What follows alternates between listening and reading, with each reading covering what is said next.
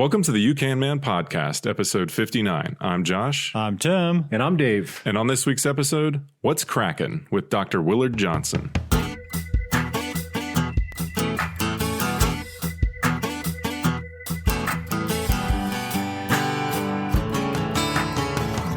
All right, guys, welcome back to the You Can Man podcast, where we believe what one man can do, you can do as well, with a little help from your friends and the proper know-how.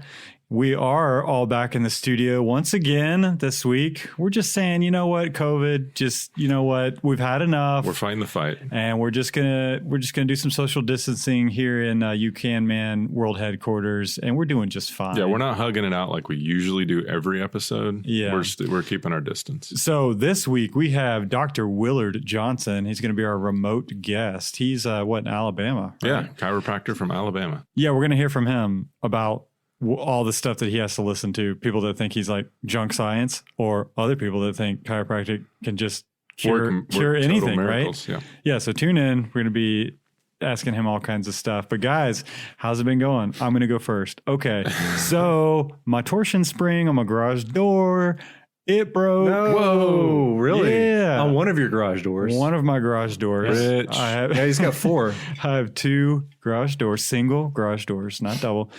And I lowered it, heard this loud sound. Really? Were you in the house or in your car? Oh, I was in my car. And you heard it? Yeah. Dang. And I thought one of the kids' bikes had maybe just... It's original, right? Because like mine's original. It looks really old. From 2009. That was... Okay, but here's some things that I've learned real quick. I won't get into too much about it because I think we could do a whole show on it. But I had a single torsion spring, not dual. Okay. Now I've done my research and I've ordered two. You're going to You Can Man that thing? Oh, yeah. Dang. Oh, yeah. I got my winding rods. Okay. Gotta have them. Yeah. Yeah. So I researched, and it is wise if you have a single torsion spring to go to a dual torsion spring setup. So I found a site. They had a conversion calculator. Wow. Typed in my size of my current single torsion spring, and they then suggested you need to get this size, two of these, a right and left. Pro tip, a right wound spring goes on the left side and vice versa. Wouldn't have even thought of it. So anyways, definitely going to do that, and I will be letting you guys know how that goes. Well, I've got to give a shout out to one of our past guests, Mr. Brandon Funk.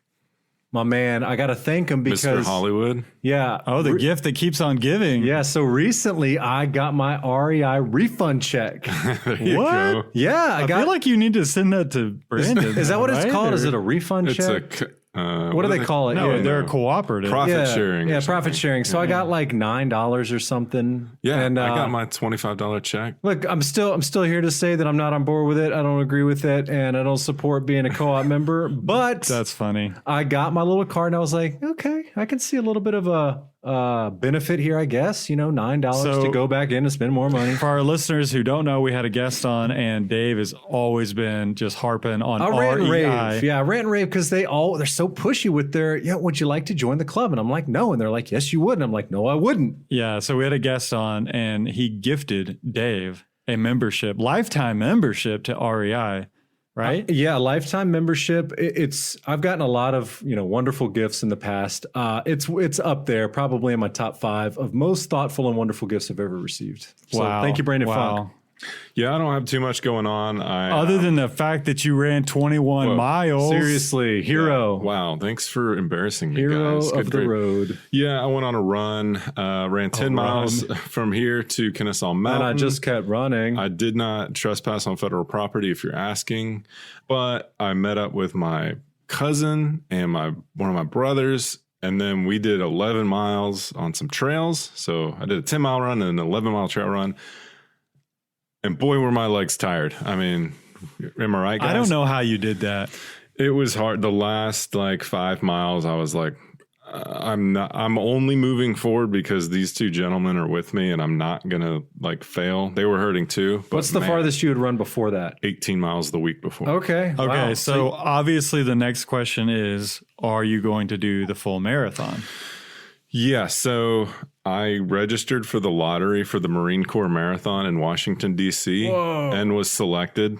Lucky me. Congratulations. I get to do that. When is that? It's in October. And yeah, hopefully, it goes on. Who knows what this whole COVID thing's going to be like in the fall, but planning on doing that. So I'm in a weird spot because my training, I'm up, but I'm going to get another like 18-week cycle before then. So I can just ramp back up and get back into it, hopefully. But the miles on the legs are the important thing at this point. Yeah, so I've never run a marathon. I imagine that kind of rules your life when you're training for that, like when you're in the thick of it, right? I mean, that's a lot of miles to get in. Yeah, my wife has been very accommodating on the weekends because I do my long runs on Saturday. I left the house at 5 a.m. I was on my feet heading out at 5 a.m. So, and that's just so I'm not like dominating my family's time. I'm back by 9 o'clock and we're good. So look, Tim, I don't want to build Josh up because I don't need him thinking he's better than me any more than he already does. But we got to get this guy in the weight room because, man, you get to pumping that iron. It's going to make you stronger and faster. All right. After my marathon. No. Before the marathon. Got to get some weight on those legs, man. I mean, I'm good. I'm good to go right now. All right. But yeah, that would be nice. I am looking forward to getting back in that YMCA. Yeah. Back to the Y. Since I pay for that membership, I should also do that. You've never set foot in that building. I've been in the building. Okay. Come on. He has to drop his kids off at childcare. Yeah. Anyways, okay. Let's get to Willard. We'll be back right after the break.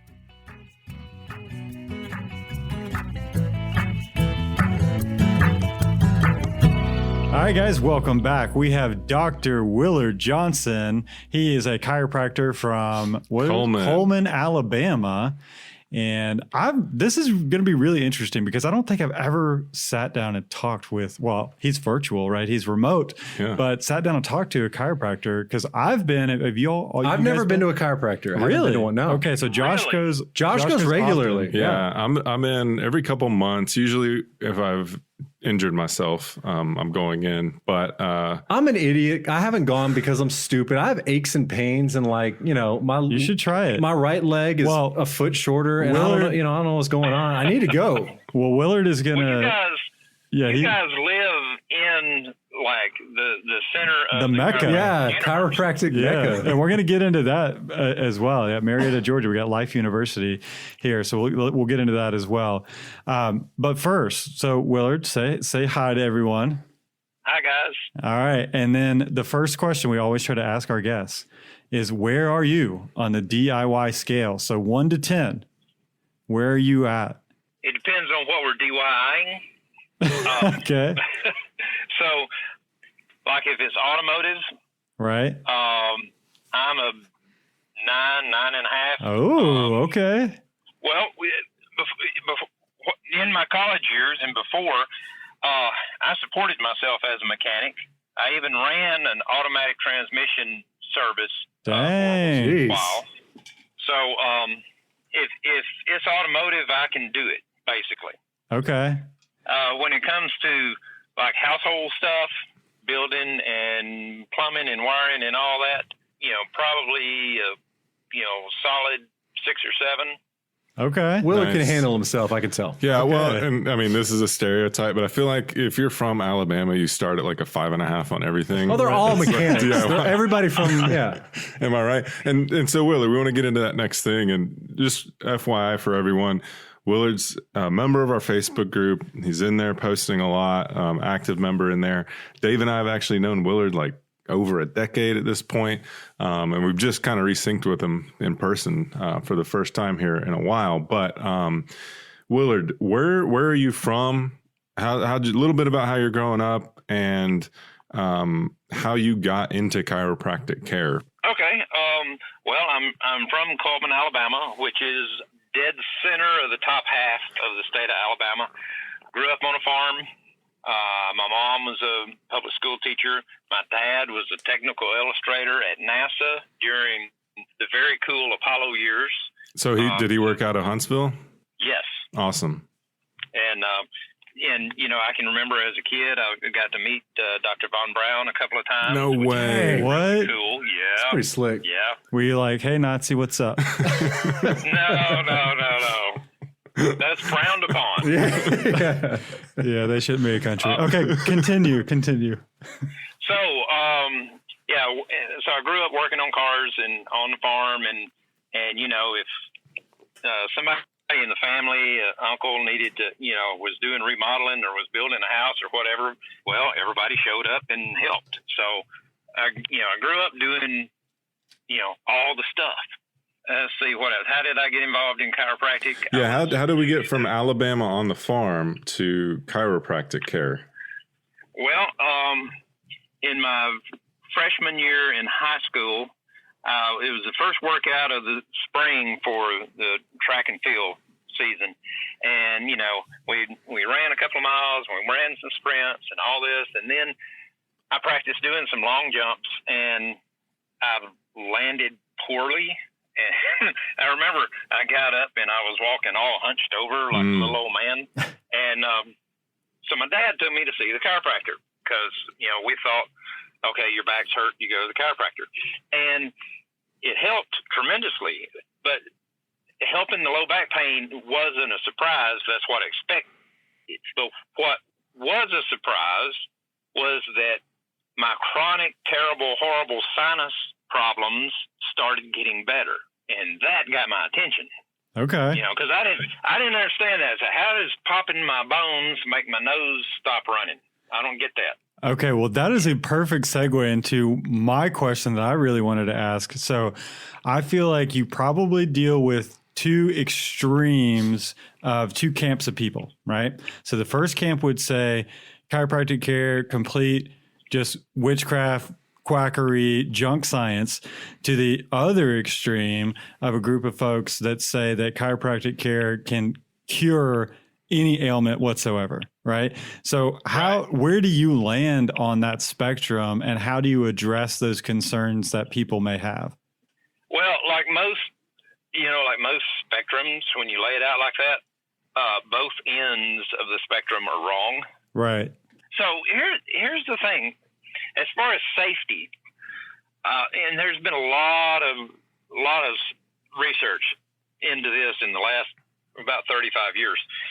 And if you guys are vaguely aware of how actuarials work, like for car insurance. Mm-hmm. Sure. Right? So if you have an 18-year-old boy who's been arrested for drunk driving before, and he's got a brand new Shelby Mustang, his insurance is going to be really, really high. Right. And they're, for obvious reasons. Whereas the 65-year-old lady that drives her car twice a week, a quarter mile to church and back, and has never had a ticket for anything, her insurance is a lot lower. Sure. Okay. With that in mind, as far as actuarials go, chiropractor's malpractice insurance is the cheapest malpractice insurance of any provider. Interesting. Yes. And it's because we are remarkably safe. You hear people talk about chiropractic and, if they adjust your neck, it'll give you a stroke. Well, wow. First I've heard that. You've heard that. Okay. Here's the actual statistics on that are that I am more likely to have a stroke performing the adjustment than the patient is.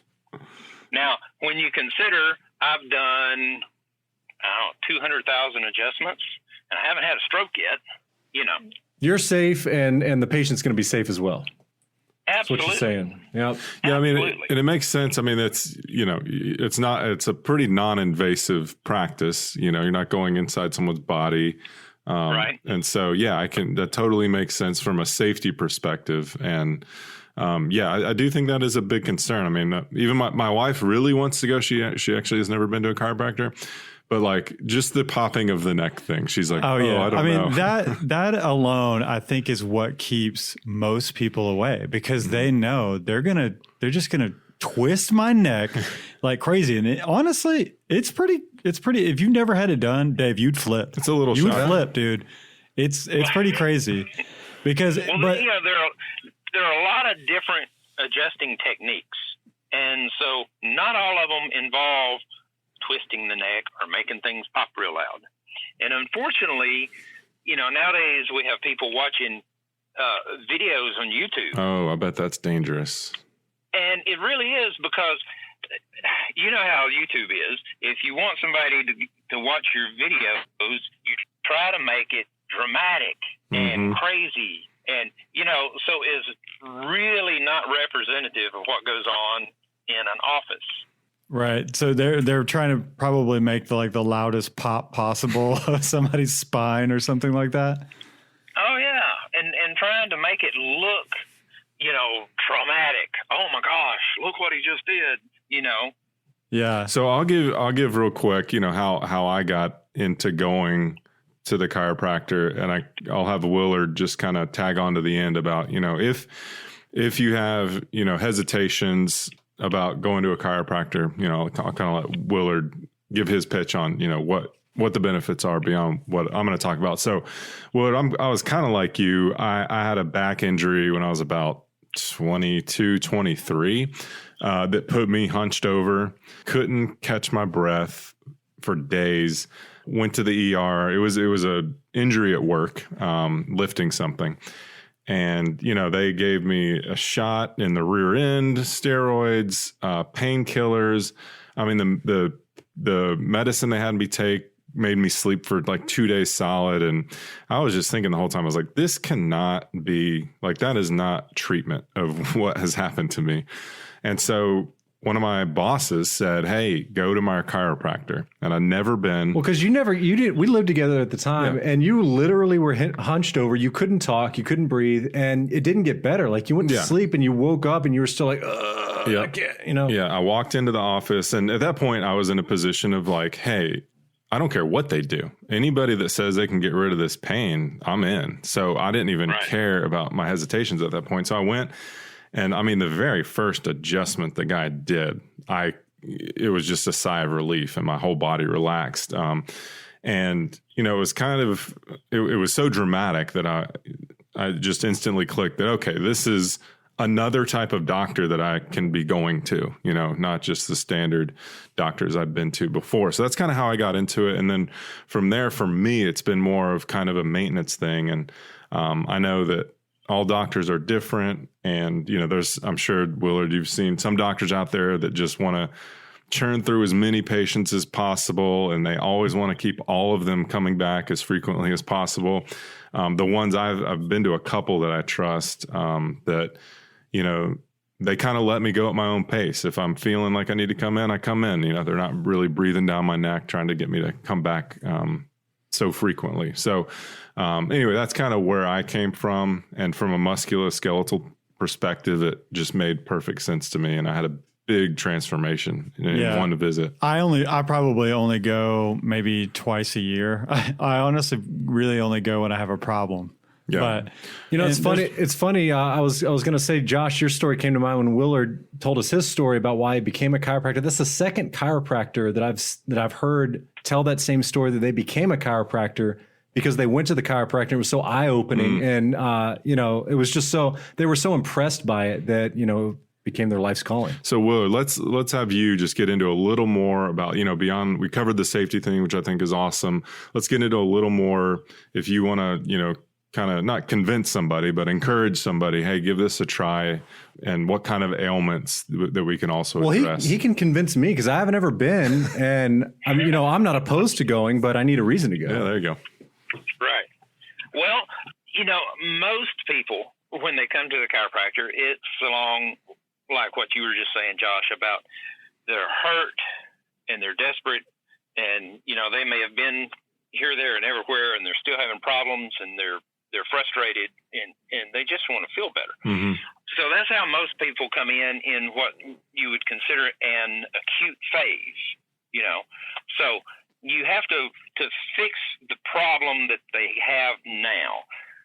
It takes a certain amount of time. And unfortunately, you can't just go by how you feel, because your body compensates and works around whatever kind of problem there is as best it can. It's a basic survival mechanism. Mm-hmm. So you don't feel any symptoms until things are bad enough that your body can't compensate for it anymore. Okay.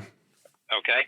So when somebody comes in and, they got a hot disc in their low back or whatever it is, all right, we got to work on, restoring some movement, getting the swelling out of there. And as the swelling goes away, things start feeling a whole lot better. But now what we want is this injured joint to heal in a better position. Okay. And so just like if you have a broken arm, all right, those bones are going to repair whether your arm is set straight or not. Sure. But if it heals crooked, all right, that's going to be harder to fix on down the road, and it's going to cause all sorts of other problems, right? Mm-hmm. We're dealing with soft tissue. We're dealing with ligaments and tendons and discs and so forth, and all that stuff heals really slowly. So it's important that in the early stages of care, we get these joints in the best position they can be in and give them time to heal to where the supportive structures are able to hold that better position. And so this is how you get a long-term improvement, because what happens a lot of times is somebody will go to the chiropractor when they're hurt, and as soon as they start feeling better, they stop going. Mm-hmm. And then a year later or 9 months later, they move wrong. Well, that's because there's still a weakness there. Yep. So they move wrong, and now they're hurt again, so they go back to the chiropractor.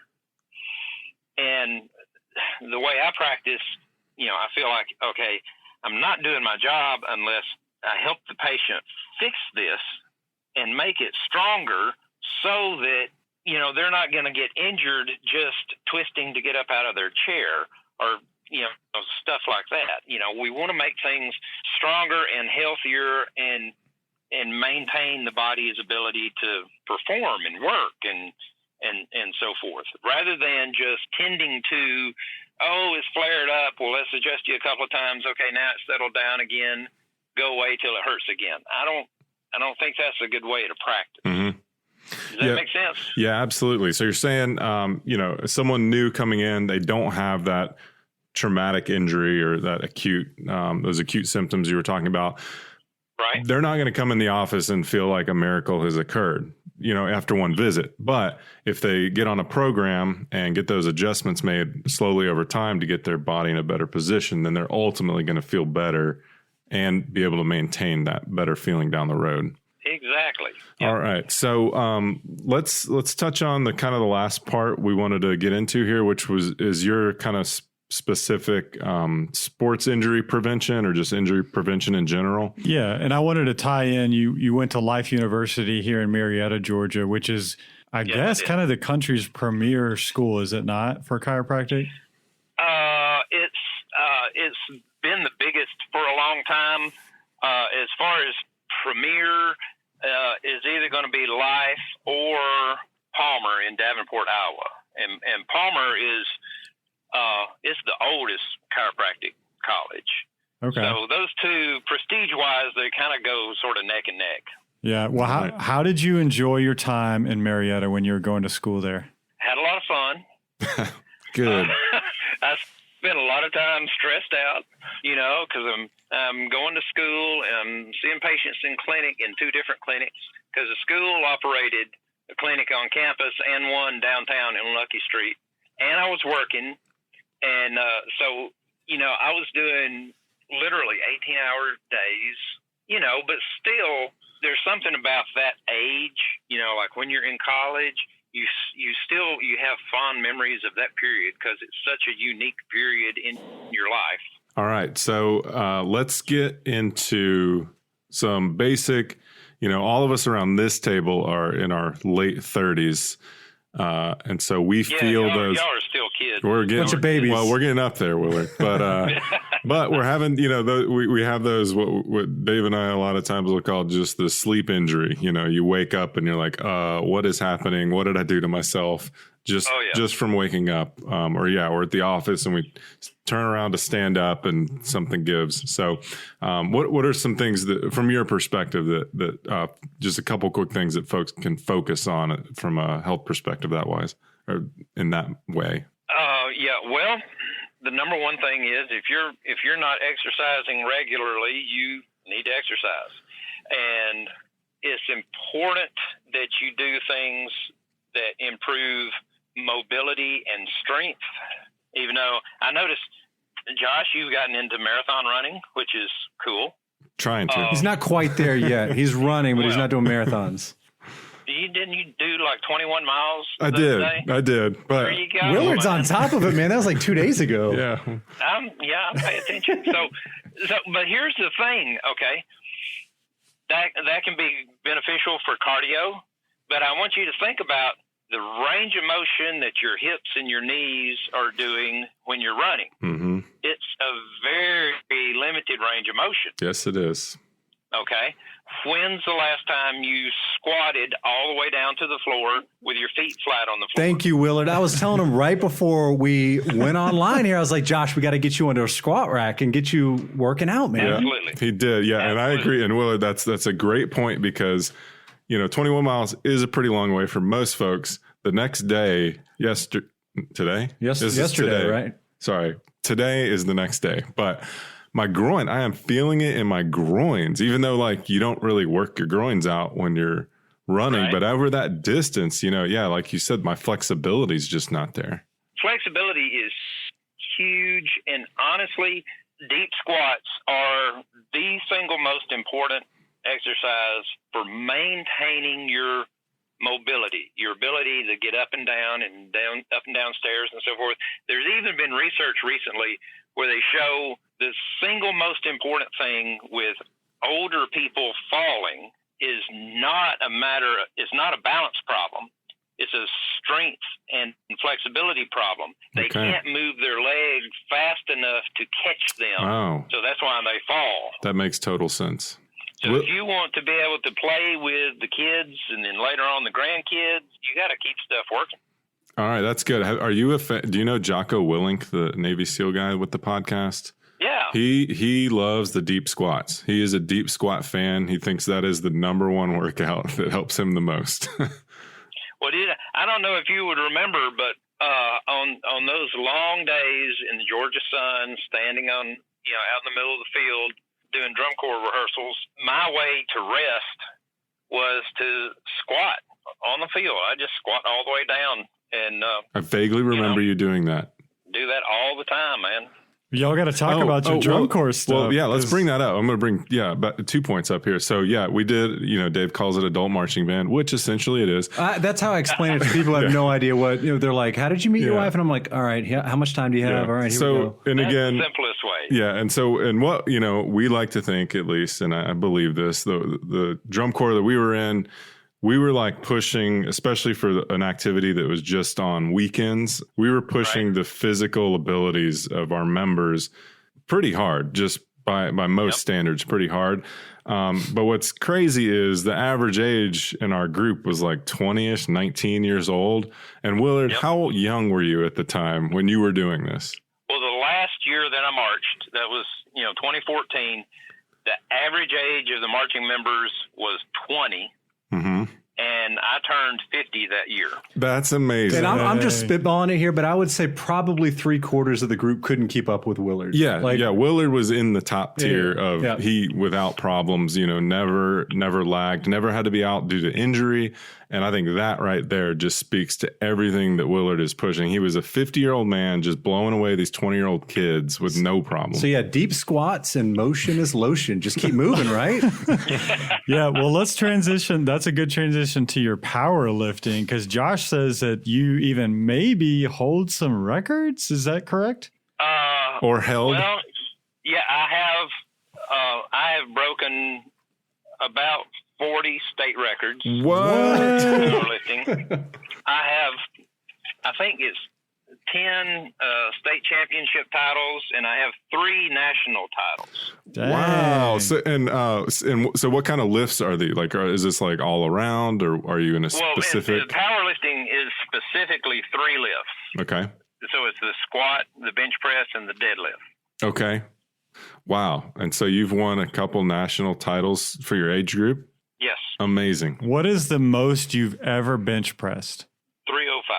Dang. Yeah, I can't do 305. I know that for sure. That's awesome. I'm hindered by long arms. The long arms kill your leverage. Amen, brother. Yeah. And how old are you now, Willard? I'm 55. 55. Okay. And what are you regularly bench pressing now? Well, with Corona done shut down all the gyms. Yeah, true. So I just got it. I guess a little over a week ago, I rented a storage unit and set up a gym in a storage unit. Yes, I love it. Awesome. I love it. You like charging people to come or what? No. We're not doing that. But when I'm benching regularly, I'm usually doing reps with about 270 or 280. Willard's a 55-year-old dude that could whip my butt. Yeah, Willard, you got what we call country strong. He's got old man strength. Oh, is that it? Willard's got old man strength for sure. Yeah. Well, Willard, is there anything else along these lines that you want to add before we wrap up our segment here? Well, I don't know. I mean, we just kind of been all over the place. Yeah, we have. We do. We got to tell people how they can find him. So if people are anywhere close to Coleman, Alabama, and you're looking for a chiropractor, which is God's country, man. Like northeastern Alabama is some of the prettiest country in the country. Oh, it's beautiful. Yeah. Well, see, Coleman County is up on a plateau. Okay. So if you go in any direction from Coleman, you have to go downhill. All right. So it's just beautiful. And Coleman was hit a few years back by the tornado outbreak, right? 2011.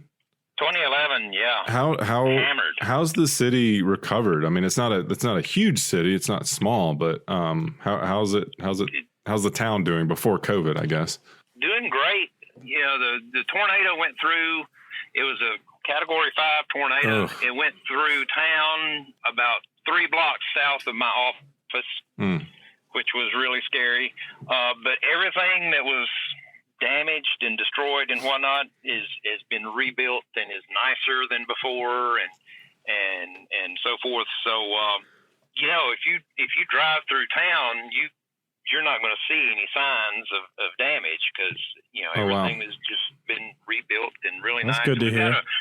We've got a really pretty active downtown economy, which is, most smaller towns, all of their stuff ended up out by the highway and stuff like that. And we still have a pretty nice downtown, and they have we have different festivals. I mean, in a normal summer, we have festivals and stuff like nearly every weekend. So it's a cool place. very cool. So, how can people find you on Facebook? How can they find your practice? It's just Johnson Chiropractic Center. Johnson Chiropractic Center, Coleman, Alabama. And if you're in our Facebook group, Willard's in there. Yeah, well, we'll make a post. So when we post this episode to our Facebook group, we will include Willard's information. And so if you're anywhere near Coleman, Alabama and need an adjustment, you know who to see.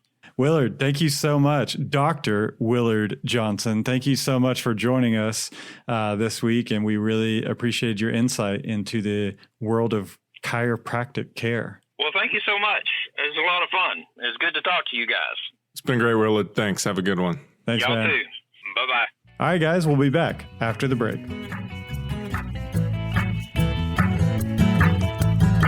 This episode is sponsored by 1776 United. 1776 United is a patriotic and historically inspired lifestyle brand. They make the best patriotic shirts and apparel on the market today. I personally own many of their products, and if you want to don patriotic gear without looking gaudy, check them out on Instagram, Facebook, and at 1776united.com.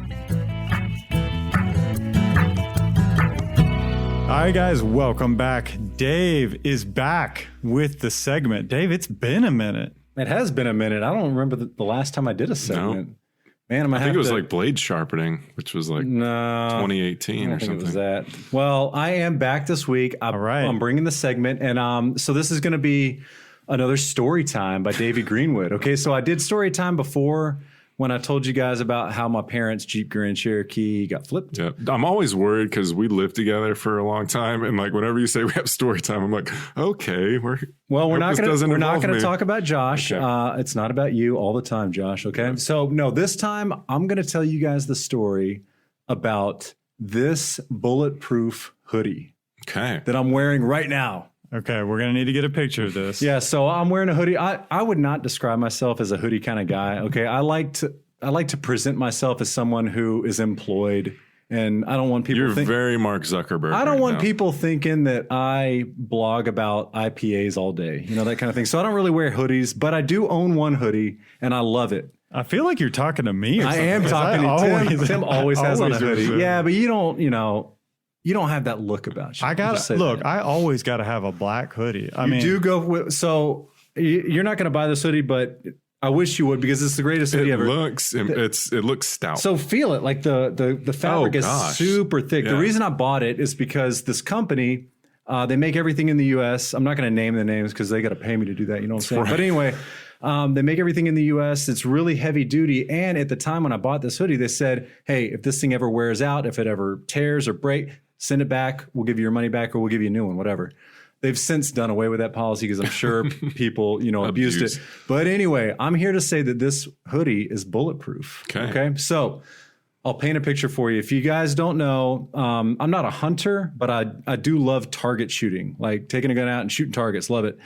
And so I was out one time target shooting, and we were shooting steel, which you can shoot steel targets relatively safely, provided it's the correct type of steel. Okay, it has to be really, really hard steel so that it doesn't basically deform when it gets shot by the bullet.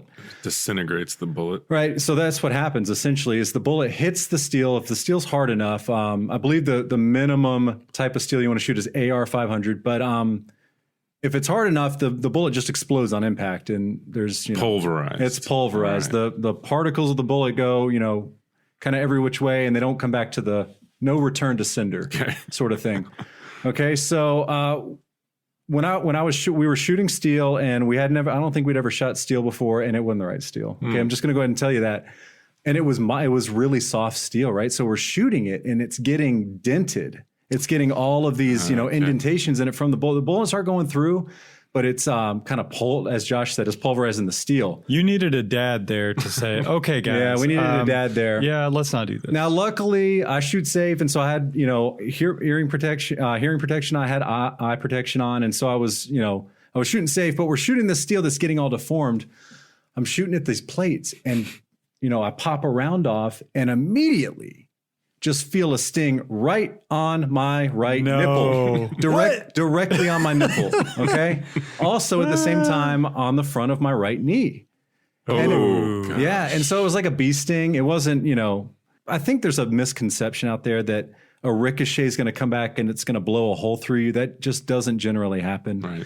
Unless you're using mortars or something. Yeah, unless you're shooting, a bazooka or whatever. But anyway, so we were just shooting, little handguns, and got some blowback right, like I said, on the nipple and on the knee. And so I had some jeans. Yeah, on the nip. And so I had some pretty thick jeans on. Well, it left a little mark on my knee, a little cut.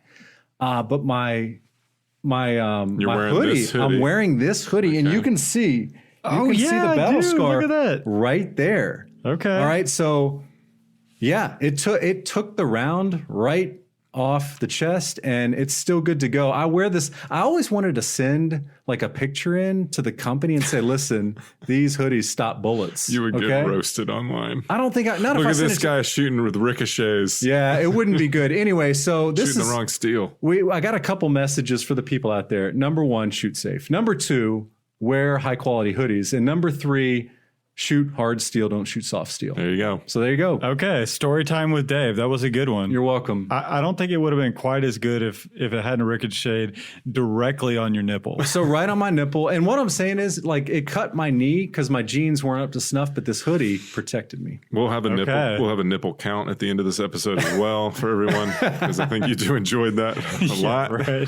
Do we need to rate this a certain thing? No. Explicit? I don't know.